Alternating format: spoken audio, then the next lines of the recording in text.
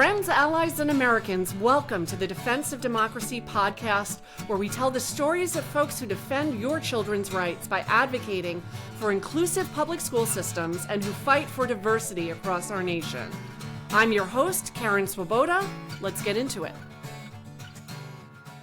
Hello, friends, families, and allies. Welcome to the Defense of Democracy podcast. I'm your host, Addison K. Witt, Poet Laureate of Defense of Democracy. This is where we bring together writers, advocates, educators, and everyday citizens to talk about what's at stake in America's classrooms, libraries, and communities. Today, my guest is Sabrina Baeta, Senior Program Manager with PEN America's Freedom to Read team. Sabrina is a poet, essayist, and writer who has dedicated her career to advancing educational access and fighting censorship in schools and libraries. Hello, Sabrina, and welcome to the conversation. I want to get right in. No, you're great. Hello there. I'm well, and it's great to have you here. I want to get right into the conversation, and for weeks we have been focused on Read Out across America, book bans, and advocacy. And for many of our listeners who are supporters of Defense of Democracy, they may or may not know all the work that PEN America does. And for our listeners who may not be familiar, tell us about PEN America, what it is, and how did you get involved? Yeah, I mean, we could make a whole new podcast for everything that PEN America covers. For me, in what we're talking about today, so PEN America is a literary and free expression organization. We're an author membership organization as well, so we represent authors. And we like to say we stand at the intersection of literature and human rights. So for us in the current crisis in our democracy, unfortunately, that comes with a lot of different fires nationally that we're looking at. So we have different wonderful colleagues here who are looking at higher education, who are looking at college, the climate of college campuses, but they're also looking at free expression for podcasters, like any kind of media form, essentially. And we also have international work that's looking at this and tying it together with the national picture, but is looking internationally and pointing out cases of censorship that are happening there, and at times even helping international authors who are facing censorship or even threats of violence and imprisonment. So it really, I mean, even to wrap my own head around everything PEN America does, but if you're thinking about free expression and you're thinking about how that applies inside the United States and outside of it, then you probably are touching upon something PEN America does. And for me, I'm part of the Freedom to Read team, which is specifically looking at K through 12 educational censorship and censorship in public libraries, which has largely looked like book bans. I colloquially call us the book ban team for that reason. To give you a sense of how this, this pernicious movement has grown, I was first joined PEN America on a 3-month contract as a researcher to answer the question, are book bans happening in the United States? And this was back in early 2022. And they were looking at the academic year for 2021 to 2022. And unfortunately, I have way too much job security, and we have a whole team around us. And it's still here, 4 years later. So that question was very quickly answered that it is happening. But that's really how I got my start. 'Cause weirdly enough, there is no college degree for book ban researcher. I've checked. I kind of fell into this work of both research and advocacy around trying to prevent and reverse book bans in K through 12 public schools. First of all, great on job security, number one. But the fact that we're even in this inflection point, and this is where we are in the United States of America, where freedom of speech, freedom of expression, the rights to choose have been so fundamental to the laws, the platforms, the beliefs, the values that we have stood for, and that this is our fight at this time. It just blows us all away, and I think it has been really easy to take it all for granted, and now it's boots on the ground. Yeah. I mean, the way you just said it, boots on the ground, is absolutely what we need, because this feels distinctly un-American, Mhm. right? To somebody's perception of like American ideals and who we are as a nation, democracy, freedom. I mean, these are all words that are supposed to be associated with American culture.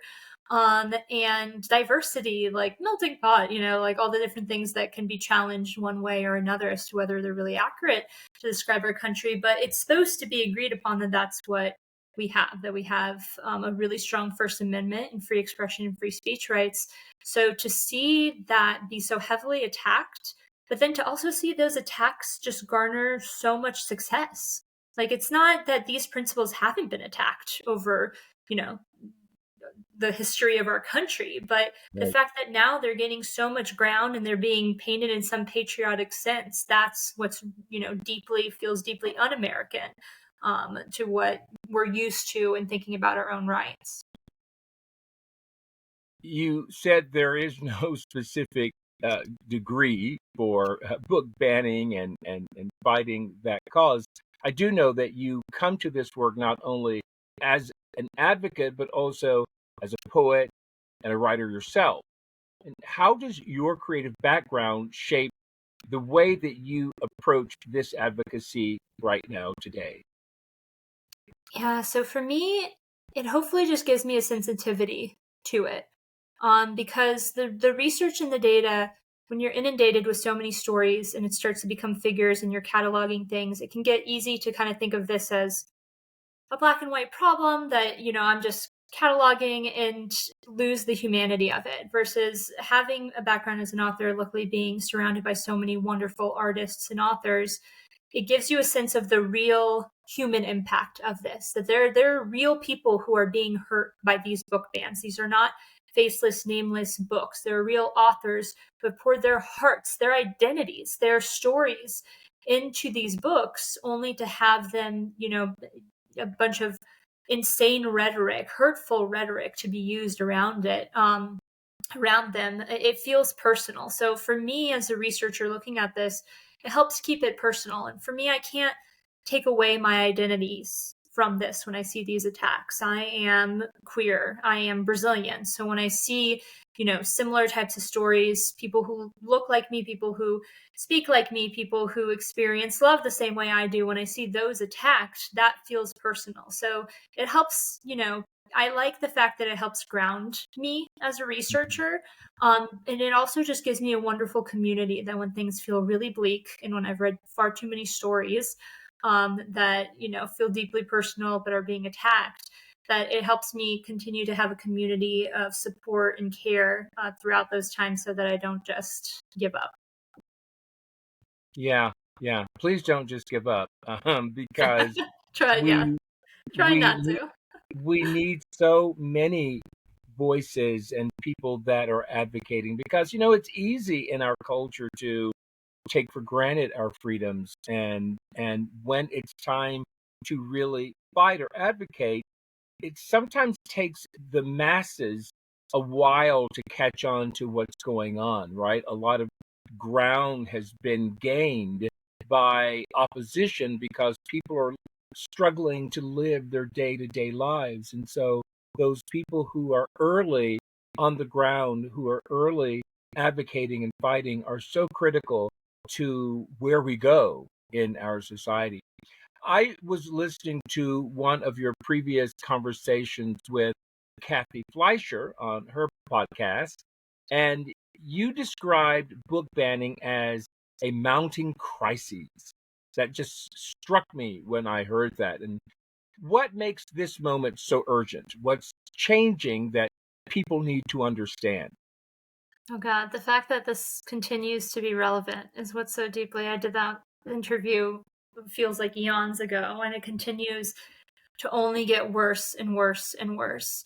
And that, I think, is what's really staggering about it, is the amount of literature that we're able to track that's been banned and removed and restricted in some way, is what feels like the threat. And the fact that this escalation has only continued. This started with groups, these so-called advocacy groups on the ground. They were advocating to remove books, but asking for, these materials to be restricted. And then that went up to the state level. And now we see state legislation that is causing, censorship of districts.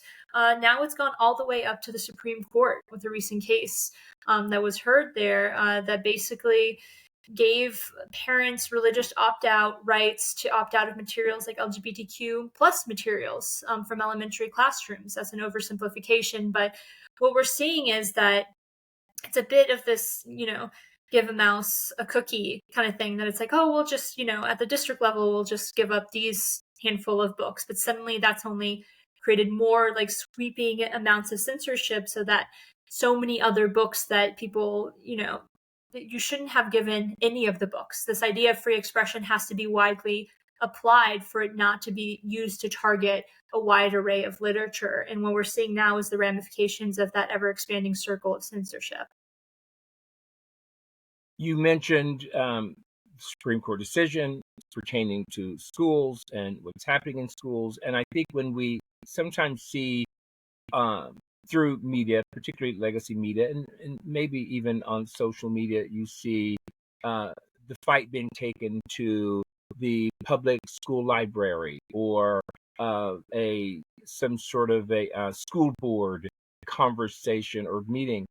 That brings me to my next question I'd like to ask, which is, you've noted that these bans are very school-centered. Why do schools and school libraries, why have they become the main battleground, and what does that mean for students and the teachers and the parents collectively?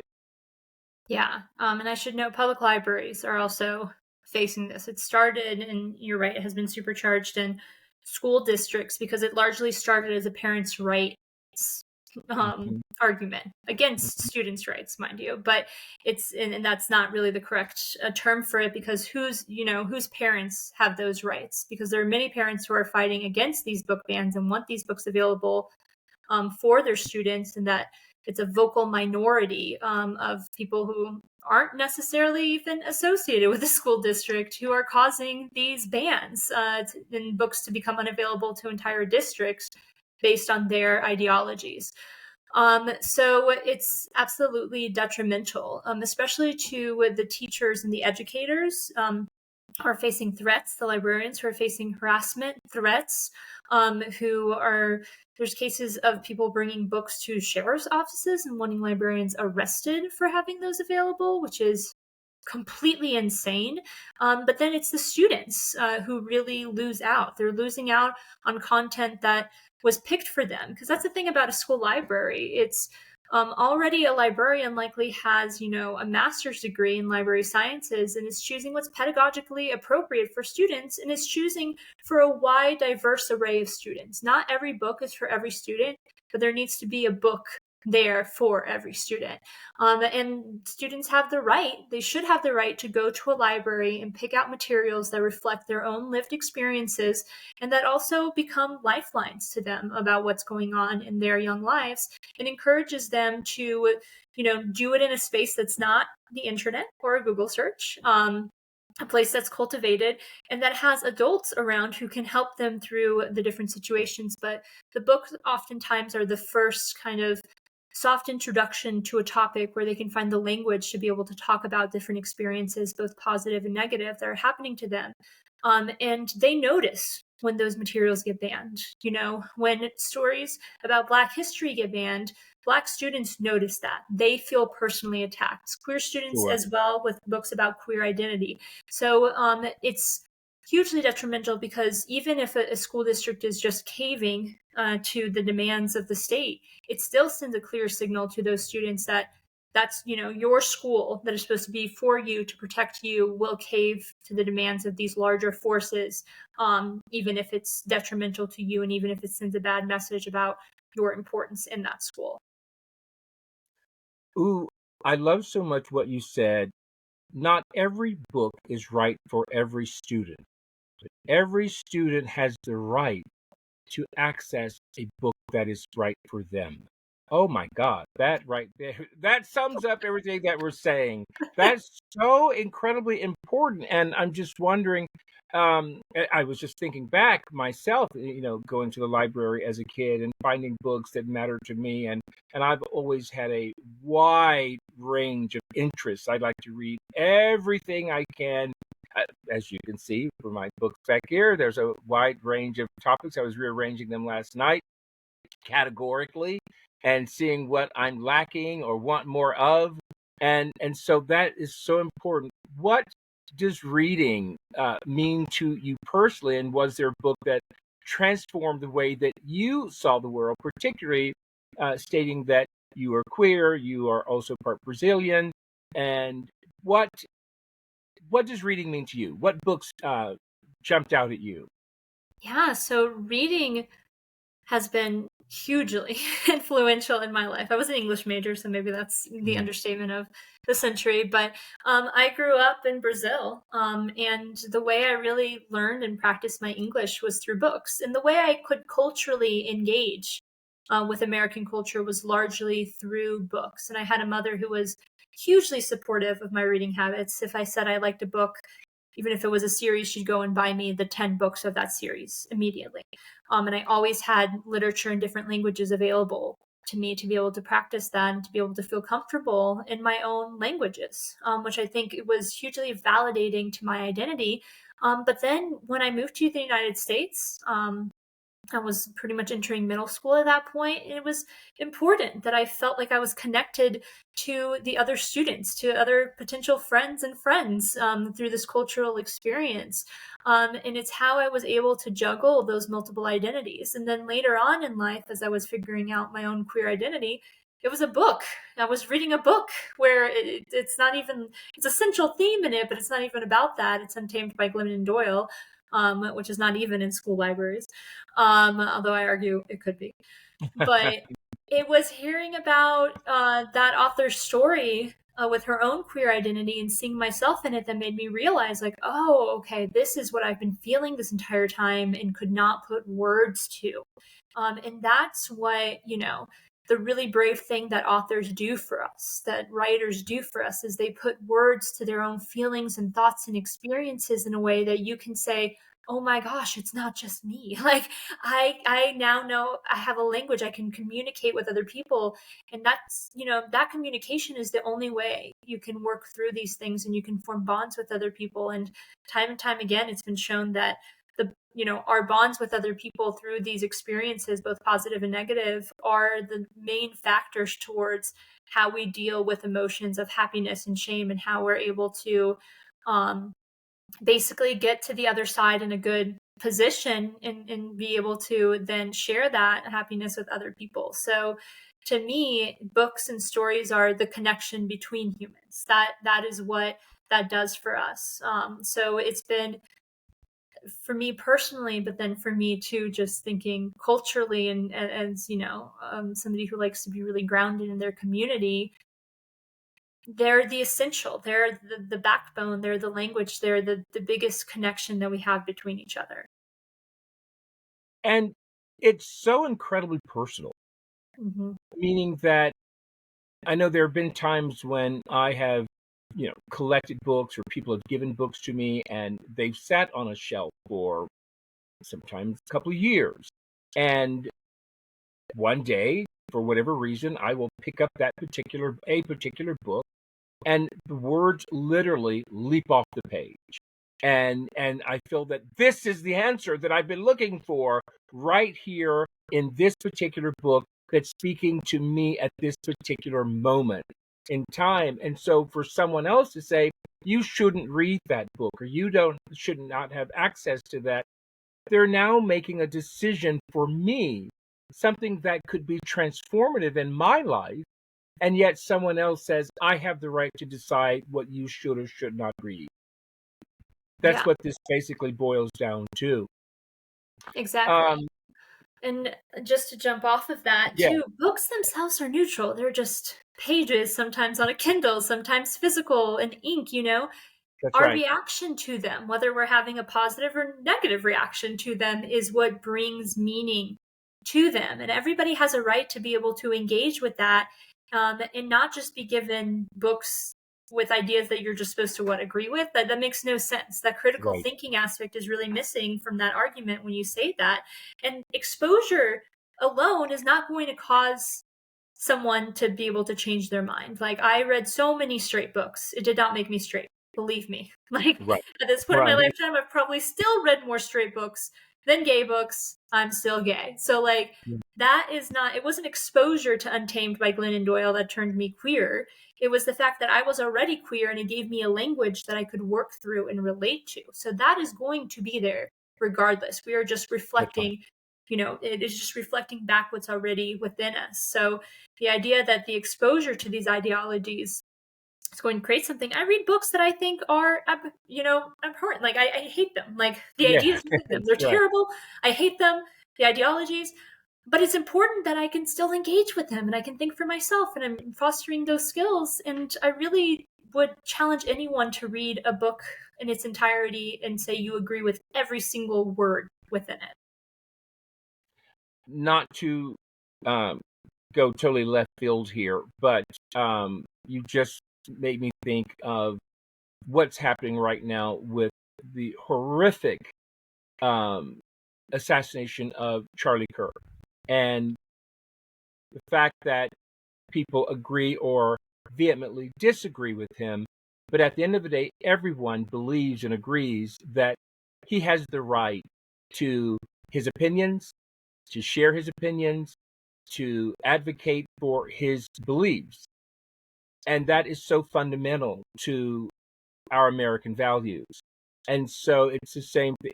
I'm hoping that, and we don't know ultimately where this is going to go, but things do happen for a reason. And oftentimes we do not understand fully or comprehend entirely what those reasons are, but we get glimmers of hope. We get shards of light where we go, oh, perhaps there can be some good. And I think one of the important topics and conversations that we have to continue having in our country is the right to freedom of speech, freedom of the press, freedom to read, to communicate, and to be who we are as an individual and work together collectively as a society to make a better country and a better world.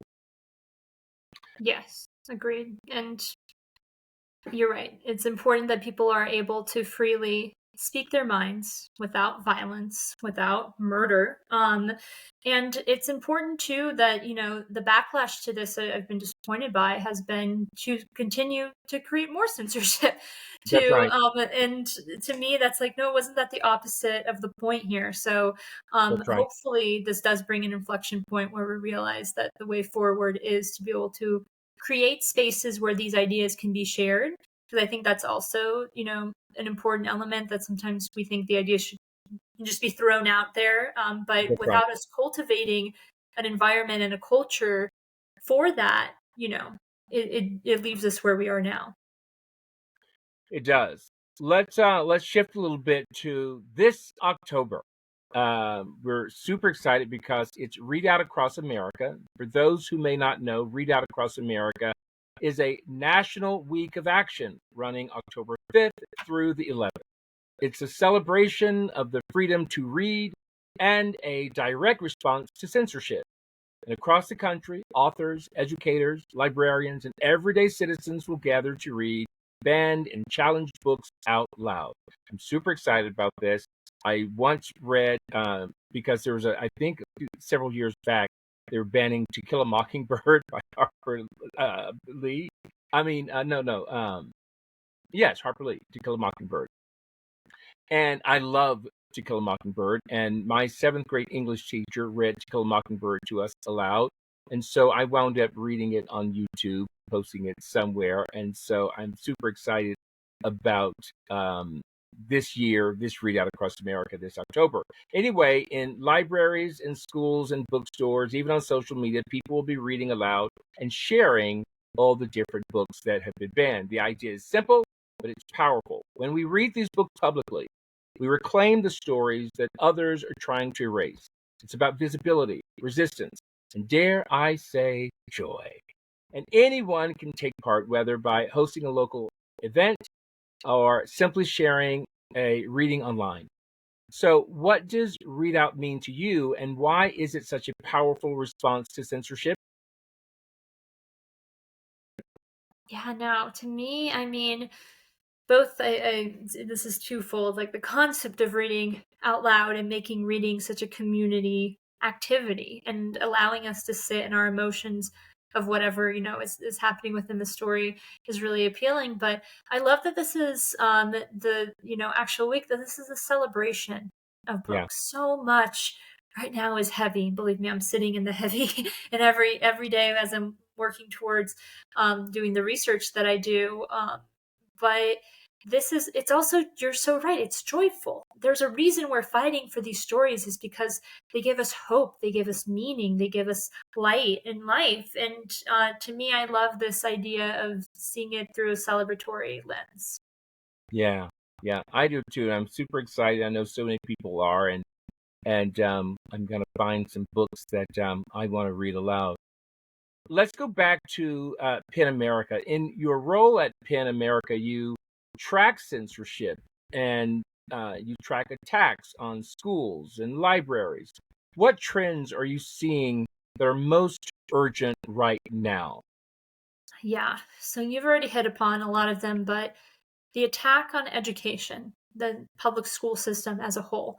And you can use school book bans as a bellwether for that, but schools are being attacked in so many different ways. Their funding is being attacked. Teachers are being asked to wear too many hats. The constant threat of violence on campus. It's too much, and it's designed to break down the system. It's designed to put public schools in this place in order to find other, force parents into feeling like they need to find other replacements, force, places and communities into not funding their schools because they think that it's not going where it's supposed to go.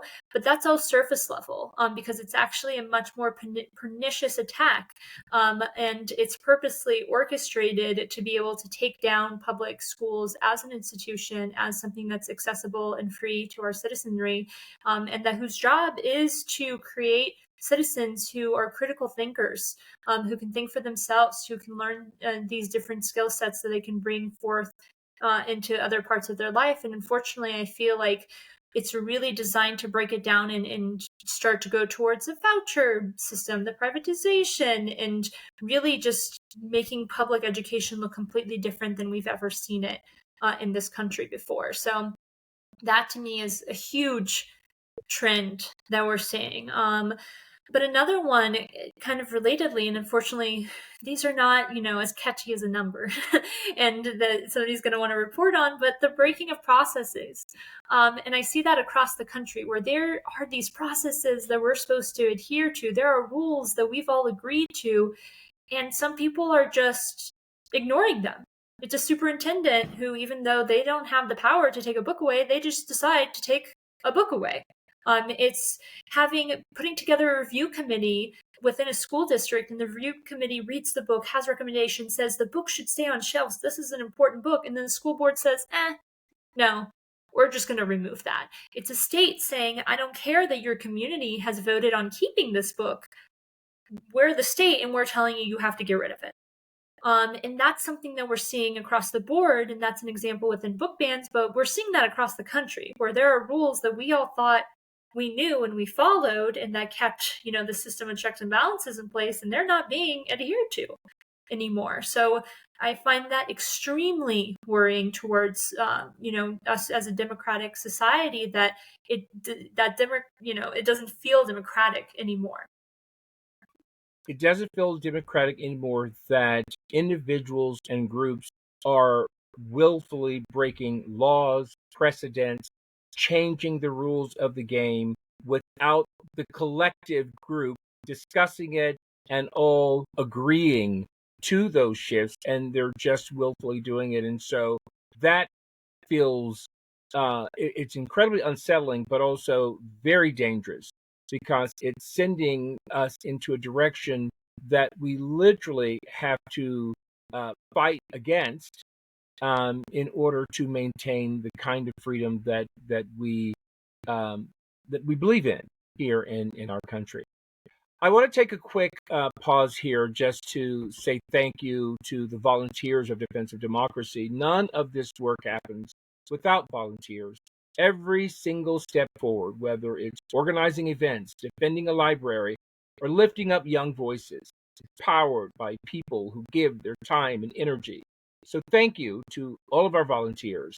And if you're listening and feel inspired to join us, especially during Read Out Across America, please reach out to Defense of Democracy. We'd love to connect you with ways to get involved. All right, let's get back to it. We're talking a lot about schools, young people, changes that are happening in our society. For young people who are watching books disappear from their classrooms, what message do you want them to hear? Oh my gosh. There's so many people fighting for you. It can feel very isolating, both as a young person and but also, just anyone in the school system. It can feel very isolating that this is happening only within your school district or only within your state. But we're not giving up on anyone or anything.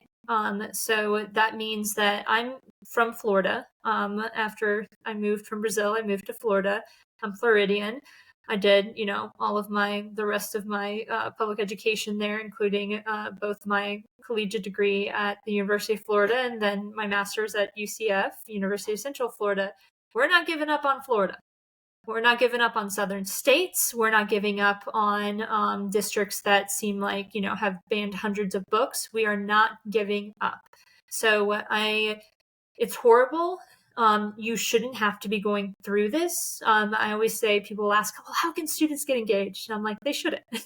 They shouldn't need to. Adults are messing this up. Students should not need to be the ones, coming in and cleaning it up. And they are doing a fantastic job. They are fighting hard and their voices are the most important in this. But at the same time, they should also get to just be students who are not experiencing the current climate of this country. Should get to be, elementary, middle, and high schoolers who are enjoying and experiencing the things that normally one would experience at that time without all this extra heavy stuff. So I would say, we've got you. We're fighting. We'll keep trying. And make sure you're connected to a community of care around you, which includes, there are a lot of adults who still want to be helpful and supportive. So you have each other as students, but also please reach out to the caring adults in your life who are willing to support you. And there's a large movement that is fighting for you. I love that. And I've been really privileged to talk with a lot of incredible young people who are so bright. And I feel like, thank God, because we're looking at the future. And these young people are really stepping up to the plate. And I love that you say that we've got you and that we're standing for and with you. A lot of people do feel, a lot of listeners feel overwhelmed by the scale of book bans and what's happening. What practical actions can just everyday people take today? Yeah, so my big thing is get local, get vocal. That is the advice I have for people. And believe me, as somebody who's looking at the national picture at all times, it is so overwhelming. For me, the way I manage to deal with it and the way that works for me is to become, really plugged into my local community. I'm not going to be able to, other than the work I do in bringing, public awareness to the national picture, that's about what I can do nationally. But I can make a huge impact in my local community, in my own school districts, in my own libraries, even in city council meetings. But becoming really engaged in what's happening around you, it not only is the most impact you can make as an advocate, it also is going to fuel you and ground you, because you need to have that community of care. I've mentioned this, but you need to have those people around you who are going to keep you going. So for me, I try to create, even relationships with people who might not necessarily be in this work, but we're aligned in values of what we want our community to look like, and get plugged in with them, and to be able to have those conversations and feel supported by them. So that can, I also say, choose your brand of advocacy. If you're someone who hates public speaking, don't go speak at a school board meeting, because then you will do it once, you will hate it, and then you will never do it again, and then you're not in the movement anymore. So if you're someone like that, don't do that. But if you're someone like, I always think of my own mother, she is a caretaker. What she should be doing is baking cookies for the librarians of the local library and giving it to them and having conversations, saying, hey, what's going on? How's your week been? Oh, you've had some book challenges? What can I do to help? And being also vocal in our support. A lot of what we hear is people being vocal after there's been a problem. I always say, try to be proactive. So if you're going to your local library, thank them for having that pride display, and thank them. And if you want to put it in writing, even better, because then when there's a complaint made and they say, well, I don't want those queer books to be in the library, the librarian can say, well, I have 5 letters right here thanking me for having this available. So okay, 1 to 5, 5 still wins. So you need to be a little bit more vocal in keeping these institutions that we thought, we are taking for granted. We thought were just guarantees within our society, whether that's our own school systems, but our local libraries as well.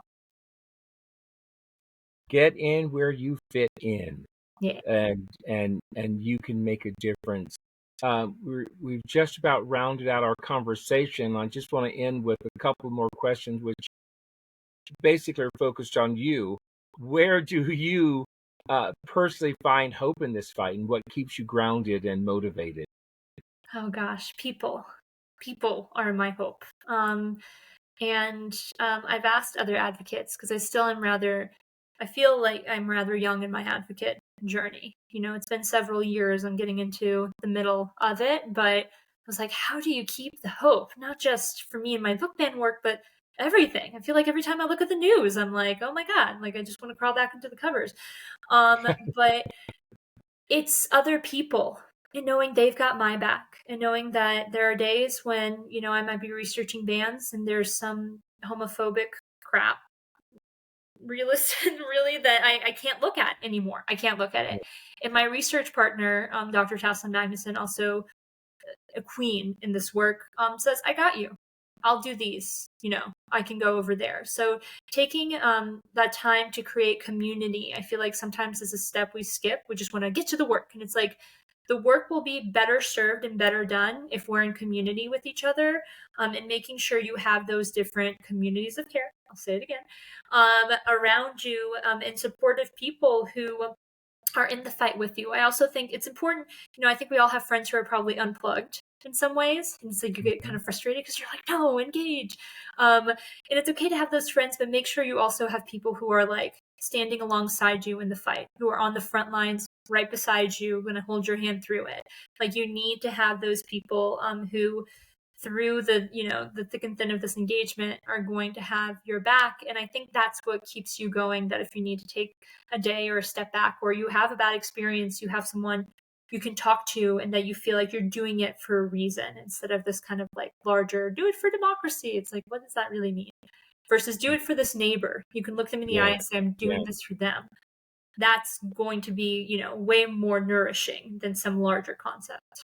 It really personalizes it also. I love that. Just bring it back to your own personal values and the people the company you keep, the people you love, the people that you're connected to. I love that. This has been so great to chat with you. You're really so insightful, and I love that you're doing the work, and I had a chance to see you making the rounds and talking on different podcasts a little bit, and it's just great to see that you're in it, and that you work with a team of people that are in it, because we know that none of us can do it all individually by ourselves. It requires all of us working together. But as of right now, you happen to be a face that is out there and a voice that is out there, and so you very much are appreciated. Lastly, if you could leave listeners with one call to action for Banned Books Week and beyond, what would that be? get engaged locally, particularly your school boards, your city council, and whatever's happening in your library. Just find out what's happening. The first step is just gathering information. So Google your own district, your own county, and figure out if there's book bans happening there. Feel those emotions and then decide to do one thing about it. Write to one person, attend one meeting, talk to one neighbor. But the first step is really realizing that this is in your backyard. And I guarantee you, as somebody who's looking individually at all the districts in the country, it's happening in your backyard in some capacity or another. So Wow. go and look that up. Wow, that's really interesting because I'm in Dallas, Texas, and I'm sure it's happening here, but I don't hear of it very much. And in fact, I was just uh, getting ready to go to a local bookstore here, and they have a spacious room in the back, and I thought, oh, this might be a great venue to read aloud. And I started wondering, I'm curious to see if they have been affected or some of the local libraries in my community have been affected. So it's something that I definitely want to get more involved with and understand what's happening here in my own backyard. With that being said, we want to leave our listeners on a high note. What are you looking forward to next in your life? Oh, next in my life. Mhm. I don't know. I would say I can't give a good book ban example. It's pretty bad out there. It's pretty bleak. But personally in my life, I do try to carve out a lot of time as an advocate to still be human. So I'm looking forward to sewing things. I love to sew. I'm looking forward to Oh, walking my dog and spending time with my girlfriend. And I've been thinking a lot about when the world feels so heavy about everyday pleasures, things that whatever larger government structure I'm in, I'm going to enjoy regardless as everyday pleasures and really cherish them as part of my routine. remember to be human. That's important in all of this and everything that we do to breathe, to exhale, and to connect with ourselves, with nature, with our people. Sabrina, you have been an absolute joy and pleasure. Thank you so much for being my guest today on this podcast. Yeah, no, absolutely. Thank you so much for giving me the time and the space to be able to share what Penn America is doing. And like you said, I'm just a face of many other advocates and people here who are working hard and doing such wonderful work. And I'm really honored to have had that opportunity to speak to it. Well, much success, continued success, and we will talk again. For those of you that have been listening, thank you so much. This is Defense of Democracy podcast. I'm Addison K. Witt, and if you believe in fighting for our democracy, protecting the basic right to read, I invite you to become a member of Defense of Democracy and take part in Read Out across America. We cannot do this work without you. Your voice, your time, and yes, your financial support make all the difference. Together, we can make sure every voice and every story has a place in our future. Freedom for one is freedom for all. See you next time.